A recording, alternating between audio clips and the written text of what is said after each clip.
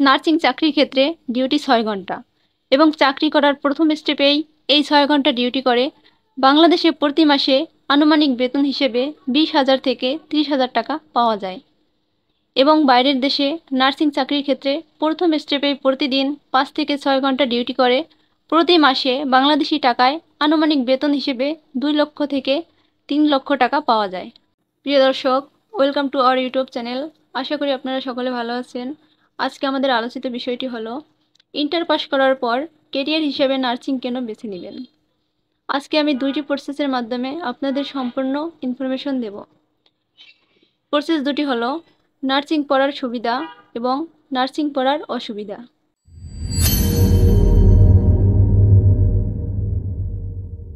Nursing পড়ার সুবিধাগুলো হলো বিএসসি ইন নার্সিংয়ে 4 বছরের গ্র্যাজুয়েশন কমপ্লিট করা যায় এবং ডিপ্লোমা ইন নার্সিংয়ে 5 বছরের গ্র্যাজুয়েশন কমপ্লিট করা যায়। যেমন ডিপ্লোমা কোর্স সিস্টেম হলো 3 বছর ডিপ্লোমা কোর্স প্লাস 2 বছর পোস্ট বেসিক সমান 5 বছর।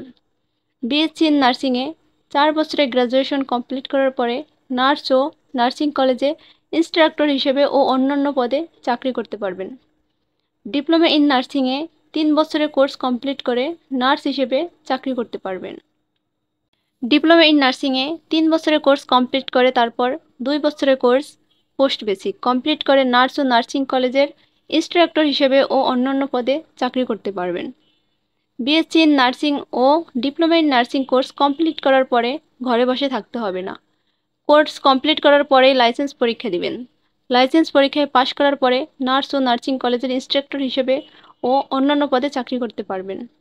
তবে কিছু কিছু ক্ষেত্রে ইন্টার্ন চলাকালীন সময়েও আপনি বিভিন্ন হাসপাতালে চাকরি করতে পারবেন।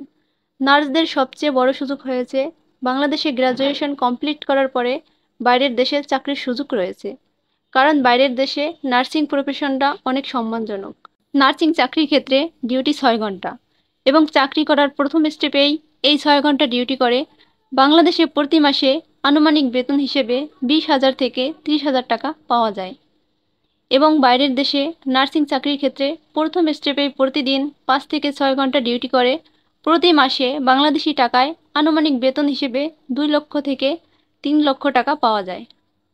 নার্সিং পড়ার অসুবিধাগুলো হলো প্রত্যেক শিক্ষার্থীর কলেজের নিয়মকানুন সঠিকভাবে মেনে চলতে হবে এবং প্রত্যেক শিক্ষার্থীর হোস্টেলের নিয়মকানুন সঠিকভাবে মেনে চলতে হয়।